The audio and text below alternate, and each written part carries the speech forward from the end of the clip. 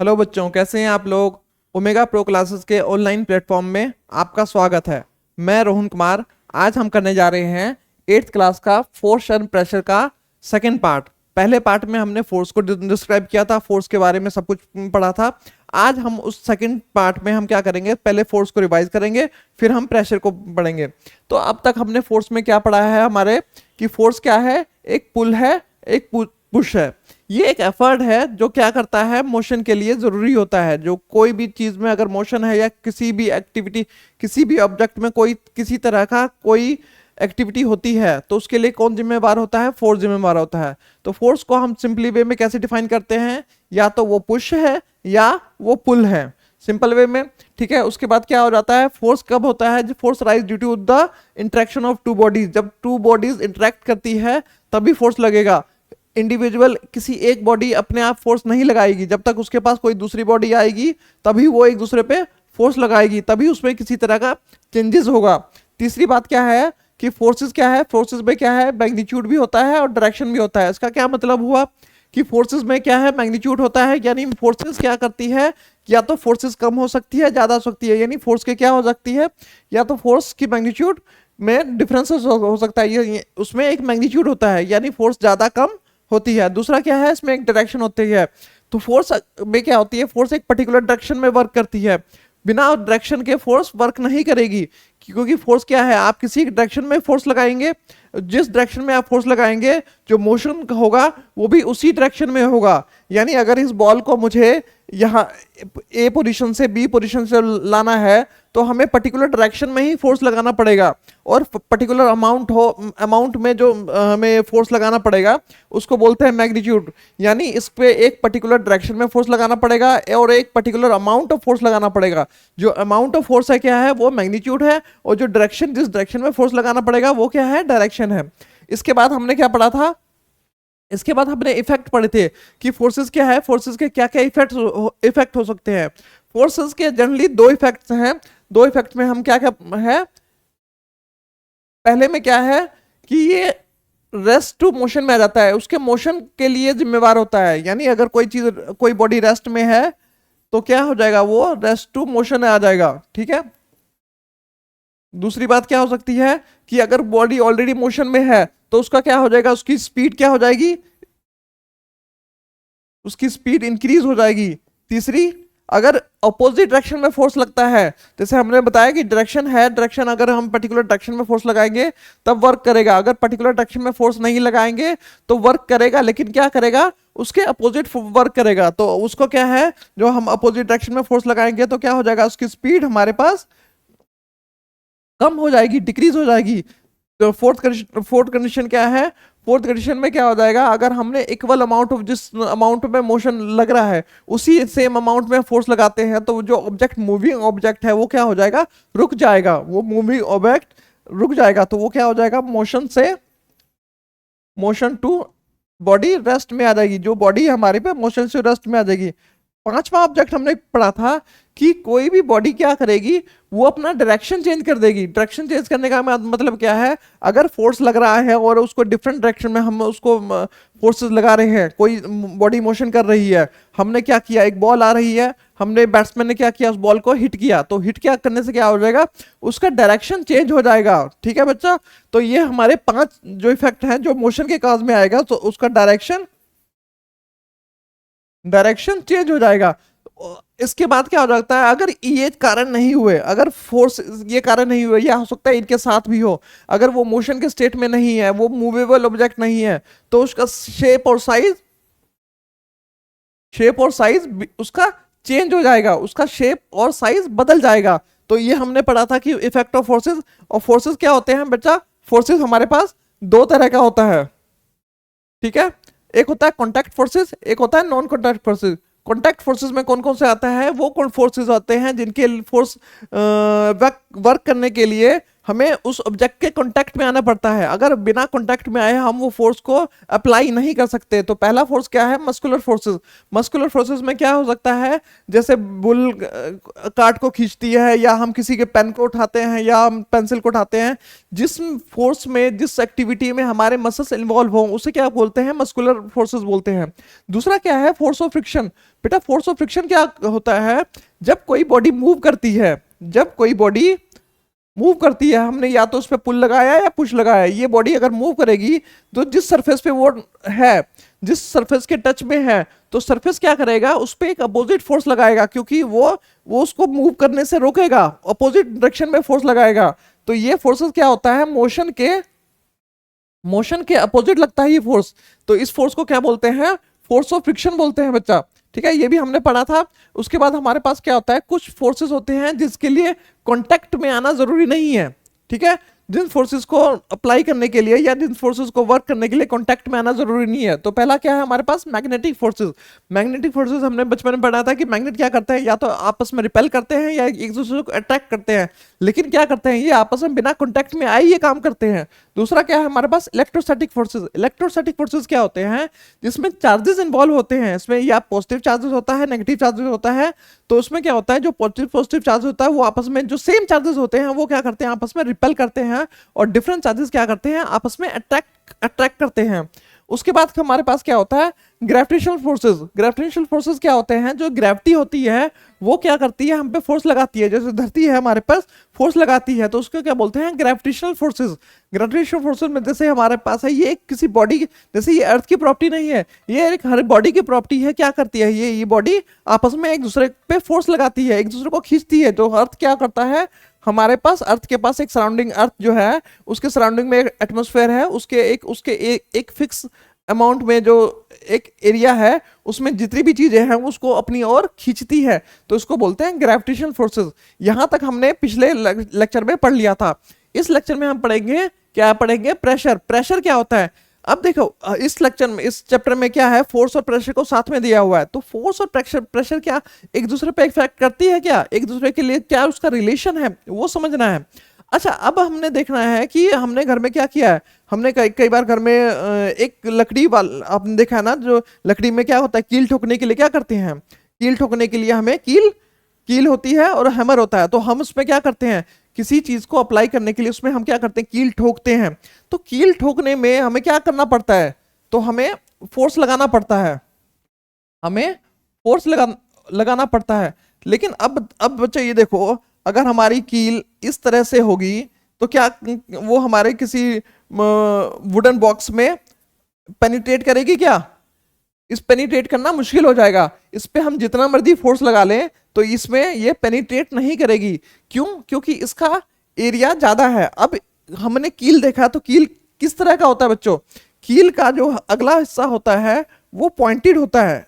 कील का अगला हिस्सा पॉइंटेड होता है, जो हेड होता है उसका हेड थोड़ा सा चौड़ा होता है। ये पॉइंटेड होने के कारण क्या होता है, ये किसी लकड़ी में पेनिट्रेट कर जाती है, या किसी वुड में पेनिट्रेट कर जाती है। तो वो क्या होता है, कील ठुकती है।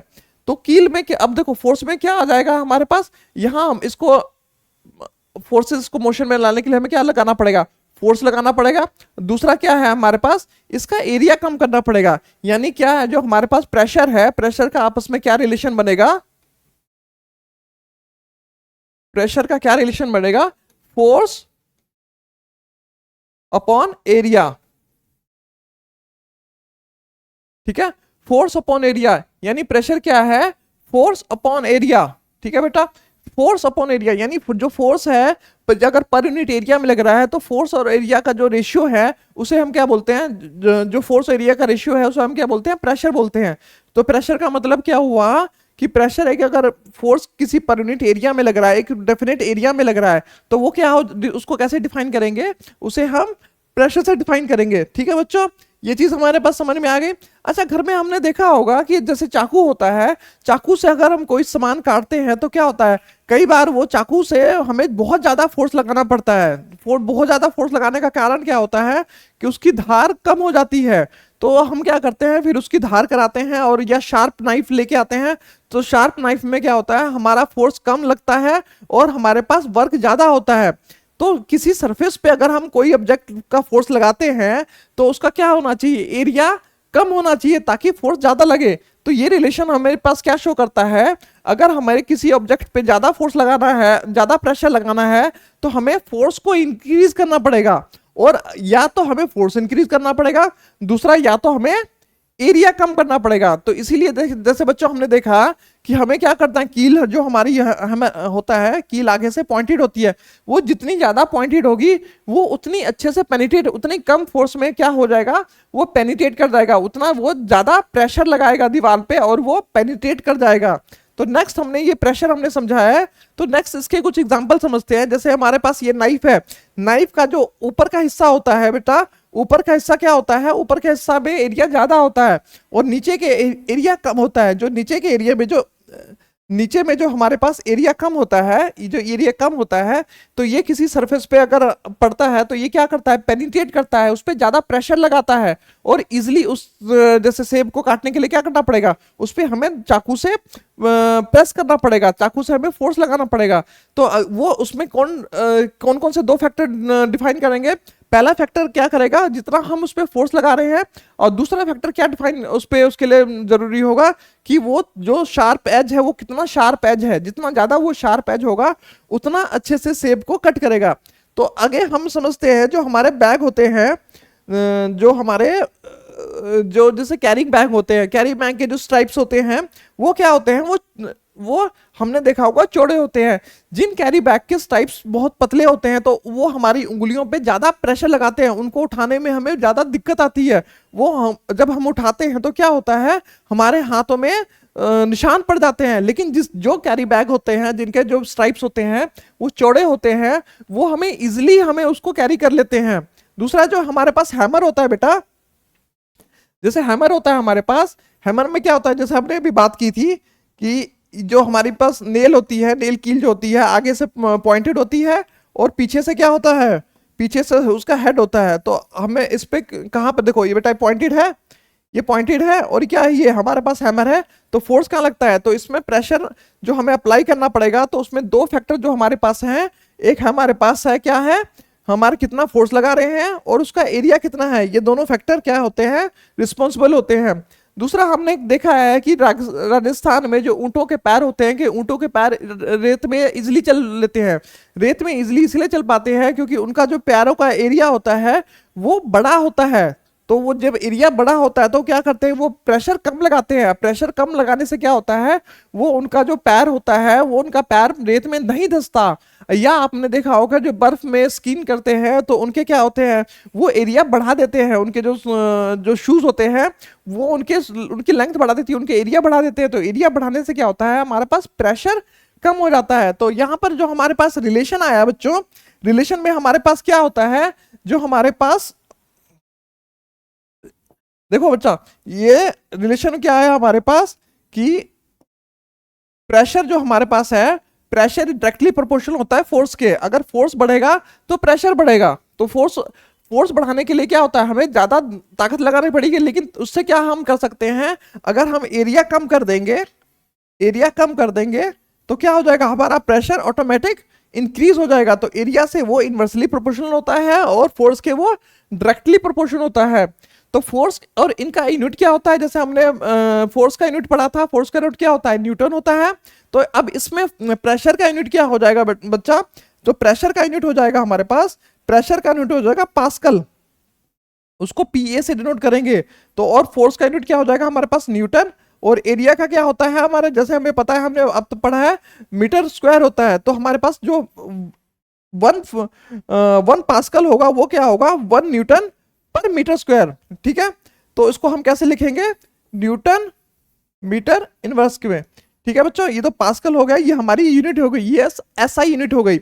इसके बाद क्या है बच्चों, इसके बाद प्रेशर एक्सर्ट बाय। तो अभी तक हमने सॉलिड के बारे में पढ़ा है कि सॉलिड में प्रेशर एक्सर्ट होता है, क्या लिक्विड और गैसेस में भी उसी तरह प्रेशर होता है, तो वो भी देखते हैं। तो लिक्विड के केस में क्या होता है, जैसे सॉलिड के केस में क्या होता है, सॉलिड के केस में जो वो सरफेस टच करता है सिर्फ उतनी दूर ही हमारे पास प्रेशर हम फील करते हैं, या प्रेशर उसको कैलकुलेट करते हैं। लेकिन लिक्विड के केस में क्या होता है, लिक्विड अगर हमारे पास एक जार है, ठीक है, इसमें लिक्विड है तो इसमें हमारे पास पूरा लिक्विड भरा हुआ है। ठीक है बेटा, अब यहां पर आप ध्यान से देखो कि क्या ये सिर्फ बॉटम, जो हमारे पास बॉटम है जार का, क्या उस बॉटम को ही टच कर रहा है क्या? क्या जो इसका हमने क्या बताया, एरिया उसके लिए जरूरी है, तो एरिया क्या है, जो लिक्विड है सिर्फ बॉटम को टच कर रहा है क्या, उसके वॉल को टच नहीं कर रहा क्या? क्योंकि लिक्विड जो है क्या करता है, इसके बॉटम के साथ साथ उसके वॉल को भी टच करता है। तो यानी जो लिक्विड जो प्रेशर एक्सर्ट करेगा, वो लिक्विड पूरे सरफेस पे प्रेशर एक्सर्ट करेगा जितने एरिया को वो टच करता है। इवन वो अपने बॉटम में भी करेगा और वॉल में भी करेगा। दो एक्सपेरिमेंट से हम समझने की कोशिश करेंगे कि ये कैसे होगा। आप एक क्या कर लीजिए, एक पाइप ले लीजिए, ठीक है, एक पाइप के नीचे में क्या कर दीजिए, उसमें एक बैलून को बांध दीजिए। ठीक है, उसमें आपने एक बैलून को बांध दिया, दूसरा एक और उस पाइप में क्या कर दीजिए, थोड़ा सा पानी भर दीजिए। आपने उसको इतना पानी भर दिया, ठीक है, थोड़ा सा पानी भरा। जब आपने उसमें थोड़ा सा पानी भरा तो आप दिखेगा कि उसको बैलून थोड़ा सा उसका साइज इंक्रीज करेगा। फिर आप क्या कीजिए कि इसमें उसी सेम पाइप में, ठीक है, इसमें पूरा पानी भर दीजिए। जब आप उसमें ज्यादा पानी भरिएगा तो आप देखिएगा कि जो उसका बैलून का साइज है, बैलून का साइज इंक्रीज हो जाएगा। बैलून का साइज इंक्रीज हो जाएगा। इंक्रीज क्यों हो जाएगा? क्योंकि जो हमारा जो लिक्विड है वो बॉटम में प्रेशर एक्सर्ट कर रहा है, वो बॉटम में प्रेशर लगा रहा है और हमारे बैलून का साइज इंक्रीज हो जाएगा। तो दूसरा एक्सपेरिमेंट से हम समझते हैं कि एक सरफेस पे भी इसका यही, सरफेस पे भी यही इफेक्ट करता है क्या? तो उसके लिए हमें क्या करना पड़ेगा, एक बोतल लेंगे हम और उस बॉटल में क्या करेंगे, जो हमारा जो एनसीईआरटी की बुक है बेटा, एनसीईआरटी की बुक में ये हमारे पास एक्सपेरिमेंट दे रखा है, आप उसमें आप देख सकते हैं।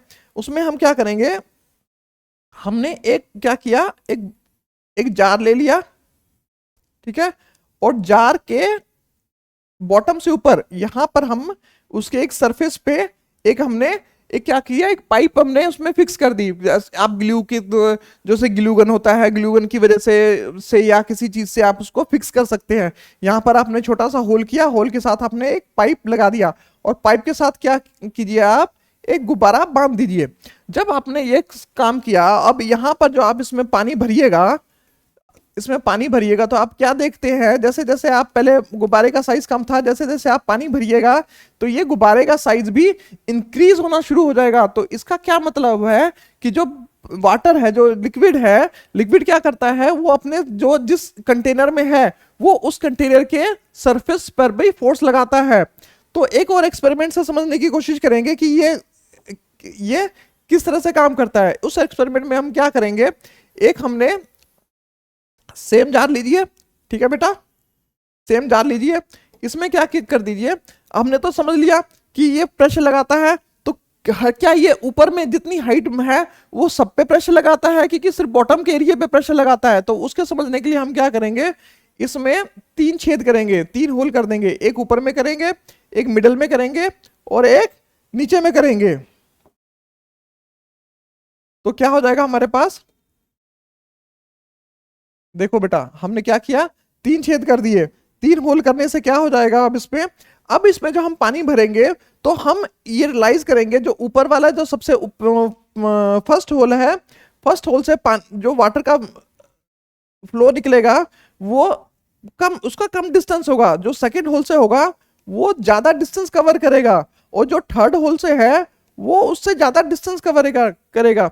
इसका मतलब क्या है, जो फर्स्ट होल से हमारा पानी निकला उसमें क्या है, वो उसमें कम प्रेशर लग रहा है। कम प्रेशर क्यों लग रहा है, क्योंकि उस पे सिर्फ उससे ऊपर वाला जो पानी है सिर्फ वो प्रेशर लगा रहा है। मान लीजिए उसके ऊपर कितना है, मान लीजिए उसके ऊपर 1 kg पानी है तो सिर्फ उतना प्रेशर लगा रहा है। लेकिन जो सेकंड होल है, जो मिडल वाला होल है, मिडल वाला जो हमारे पास होल है, वो क्या करेगा, वो ज्यादा प्रेशर लगा रहा है, क्योंकि इसके पास एरिया क्या हो जाएगा, ज्यादा हो जाएगा। देखिए जैसे जैसे डेप्थ बढ़ती जाएगी वैसे वैसे हमारा क्या हो जाएगा, प्रेशर इंक्रीज करता जाएगा।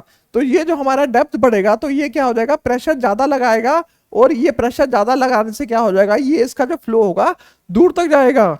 और जो सबसे नीचे नीचे हमने होल किया था, जो नीचे होल में उसका सबसे ज्यादा प्रेशर लगेगा, क्योंकि वो सबसे ज्यादा उसकी डेप्थ है, और ये क्या करेगा, ज्यादा डेप्थ होने की वजह से उससे ज्यादा प्रेशर लगाएगा।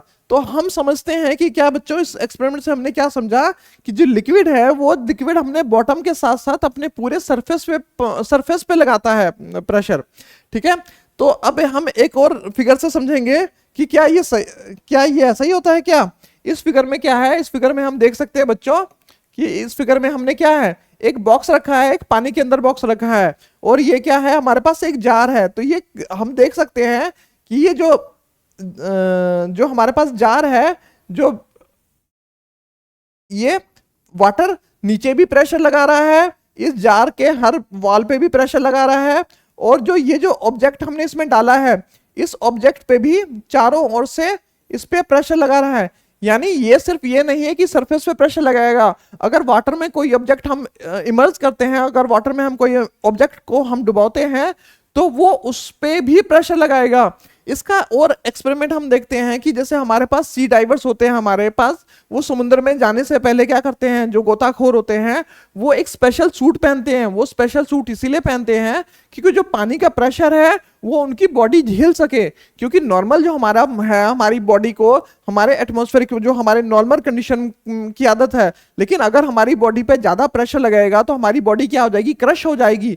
तो जैसे ही वो जो सी डाइवर्स होते हैं, सी डाइवर्स क्या करते हैं, वो देखिए सी डाइवर्स क्या होते हैं, सी डाइवर्स समुद्र में जाने जैसे जैसे हम अंदर जाते हैं तो वो क्या करते हैं, वो एक तरह से एक स्पेशल सूट पहनते हैं। उस सूट में क्या होता है, वो सूट जो झेलने के जो हमारा वाटर का प्रेशर होता है उसको झेलता है, उसको वो बैलेंस करता है, जो हमारी बॉडी के साथ बैलेंस करता है। नहीं तो हमारी बॉडी क्या हो जाएगी, हमारे जो ऑर्गन्स हैं वो सही से काम नहीं करेंगे और हम पे हार्मफुल इफेक्ट हो जाएगा। जो हमारा सरफेस है, सरफेस के मान के चलते हैं हमारा 1 एटमॉस्फेरिक प्रेशर हमारा लगता है। तो लेकिन जैसे जैसे हम अंदर जाएंगे, जैसे हम 10 मीटर ही अंदर जाते हैं, तो 10 मीटर अंदर जाते ही हम पे हमारा एटमॉस्फेरिक प्रेशर क्या हो जाएगा, डबल हो जाएगा। एटमॉस्फेरिक प्रेशर डबल हो जाएगा। तो इसी आधार पे जो हमारा डैम होगा, आपने डैम में भी देखा होगा बच्चों, जो डैम है, डैम क्या करता है,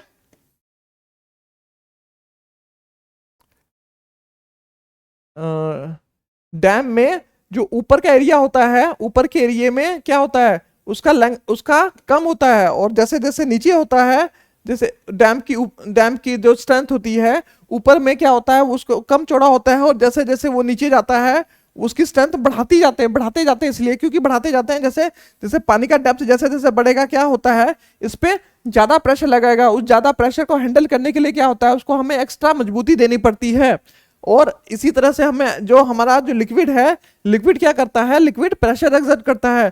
लिक्विड के बाद हमें दिमाग में आता है कि क्या एयर भी इस तरह से प्रेशर एक्सर्ट करता है क्या। कभी आपने देखा होगा जब आप एक गाड़ी में जा रहे होते हैं, तो गाड़ी में जाते समय आप अपने खिड़की से बाहर अपने हाथ बाहर निकालते हैं, तो क्या करता है, एयर का प्रेशर आपके हाथ पे लगता है और आपका हाथ को वो पीछे की तरह धकेलता है।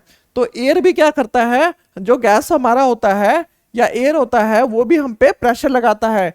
जो हमारे आसपास जितना भी गैस है, जो अर्थ के आसपास जितना भी गैस है, क्या करता है, उसमें भी क्या है, वजन है। आप ये हमने एक्सपेरिमेंट पहले हमने किया हुआ है कि हमने एक खाली गुब्बारा लेंगे, खाली गुब्बारे को वेट करेंगे और उसमें हवा भर के वेट करेंगे, तो क्या हो जाएगा, जो हवा भर के वेट करेंगे उसका कुछ वजन होगा, बहुत बहुत छोटा होगा, लेकिन बहुत कम वजन होगा, लेकिन कुछ वजन होगा। यानी एयर भी में भी क्या होता है, एयर, क्योंकि एयर में भी मॉलिक्यूल्स होते हैं, एयर में भी एक मटेरियल है वो भी, तो वो क्या करेगा, वो मैटर है वो भी, और वो भी क्या करेगा, प्रेशर एक्सर्ट करेगा। तो एयर का जो प्रेशर होता है उसको क्या बोलते हैं हम, एटमॉस्फेरिक प्रेशर। जो हमारा एयर क्या है, हमारे एटमॉस्फेयर में है, तो एटमॉस्फेयर में कहां तक है, नियर अबाउट हमारा जो एयर है हमारे अर्थ के लगभग 300 किलोमीटर तक फैला हुआ है। 300 किलोमीटर तक हमारा फैला हुआ है। ये 300 किलोमीटर का जो प्रेशर है वो अर्थ क्या करता है, इन सबको क्या करता है, अपनी ओर खींचता है। अपनी ओर खींचता है तो क्या होगा, ये भी कुछ ना कुछ प्रेशर लगाएगा। प्रेशर लगाएगा तो कितना प्रेशर लगाएगा, जैसे मान के चलते हैं जो हमारी बॉडी है, हमारी बॉडी जैसे हमारी बॉडी पे क्या करता है, एयर प्रेशर लगाता है। अब इसको एक तरह से ले सकते हैं कि एक सिलेंडर है, एक सिलेंडर 300 जैसे जितना जहां तक एयर है वहां तक हमारे बॉडी पे जो सिलेंडर है, एक सिलेंडर लेके चलते हैं तो उतना जो एयर है वो प्रेशर हमारी बॉडी पे लगता है। तो एयर का प्रेशर क्या है, वो भी हमारे बॉडी पे बहुत ज्यादा है। और एयर का प्रेशर का एक एक्सपेरिमेंट करने के लिए जैसे हमारे घर में क्या होता है, एक हमने घर में खेलते होंगे, शकर से खेलते होंगे। तो शकर क्या करता है, एक रबड़ की एक शकर आपने देखा होगा। तो शकर को हम क्या करते हैं, किसी सरफेस पे रख देते हैं और उसके अंदर से क्या करते हैं, एयर को निकाल देते हैं। तो एयर निकालने के बाद क्या होता है, वो शकर क्या होता है, वो सरफेस पे बिल्कुल चिपक जाता है और उसको निकालना वहां से बहुत हार्ड हो जाता है। तो वो शकर क्या करता है, शकर के अंदर का जो एयर है वो हम निकाल देने से क्या होता है, जो अंदर का जो प्रेशर है वो कम हो जाता है और बाहर का प्रेशर इंक्रीज हो जाता है। जो ये जो प्रेशर डिफरेंस है, जो शकर है, शकर के अंदर का प्रेशर कम हो जाता है और बाहर का प्रेशर हमारे पास बढ़ जाता है। जो आउटर प्रेशर है वो ज्यादा इंक्रीज कर जाएगा अंदर के प्रेशर से। जब अंदर के प्रेशर और आउटर प्रेशर के बीच में डिफरेंस आएगा तो क्या हो जाएगा, वो आपस में उस पर फोर्स लगाएगा और उससे क्या करेगा, उस सरफेस को छोड़ने से उसको रोकेगा, उसको बांध के रख देगा। तो ये क्या करता है, एयर भी हमारे पर प्रेशर लगाता है। लेकिन एयर जैसे जैसे हम ऊपर चलते जाएंगे, हम हाइट पे जाते रहेंगे, जैसे हम माउंटेन्स पे जाते रहेंगे, तो जैसे जैसे हम माउंटेन्स पे जाएंगे, जैसे हम सी लेवल से जैसे जैसे ऊपर जाएंगे तो हम पे एयर का प्रेशर कम लगना शुरू हो जाएगा। हमारे बुक में ये दिया हुआ है कि अगर हम 15 सेंटीमीटर बाई 15 सेंटीमीटर का जो एक सरफेस लेंगे, एरिया लेंगे, उस पर कितना प्रेशर लगता है, तो उसको नियर अबाउट उन्होंने मेजर किया है कि 225 kg उस पर कितना प्रेशर लगेगा बेटा। अगर हमारा जो सरफेस, हमारा जो हेड है, अगर 15 सेंटीमीटर बाई 15 सेंटीमीटर का लेके चलते हैं तो उस पर कितना प्रेशर लगेगा, 225 kg प्रेशर लगेगा। अगर न्यूटन के केस में करेंगे, हम फोर्स के केस में करेंगे, 2250 न्यूटन फोर्स हमारे ऊपर लगता है। जैसे जैसे हम हाइट पे जाते हैं तो वैसे वैसे प्रेशर हम पे कम होता जाता है, क्योंकि जैसे जैसे हाइट पे जाते हैं क्या होता है, एयर कम होता जाता है तो हम पे प्रेशर कम हो जाता है और हमारी जो बॉडी है इस प्रेशर को झेलने के लिए। अब आप सोचोगे कि इतना प्रेशर जो हमारी बॉडी पे लगता है तो हमारी बॉडी क्रश क्यों नहीं हो जाती, क्योंकि हमारी बॉडी जो अंदर से है, हमारी बॉडी अंदर से एक बैलेंस फोर्स लगाती है, बैलेंस प्रेशर लगाती है। तो जो ये फोर्स क्या होता है, अंदर बाहर का जो बैलेंस कर लेता है, तो हमारी बॉडी पे कोई इफेक्ट नहीं पड़ता।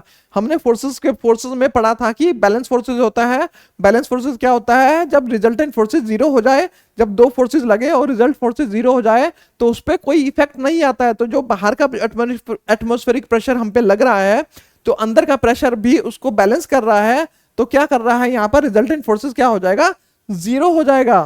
तो इसके बाद क्या है बच्चों, इसके बाद ये हमारा चैप्टर यही खत्म हो जाता है। नेक्स्ट चैप्टर में हम क्या करेंगे, नेक्स्ट इसके लेक्चर में इसके सारे क्वेश्चन आंसर हम इसको डिस्कस करेंगे और इसके क्वेश्चन आंसर कर देंगे। थैंक यू बच्चों, थैंक यू वेरी मच।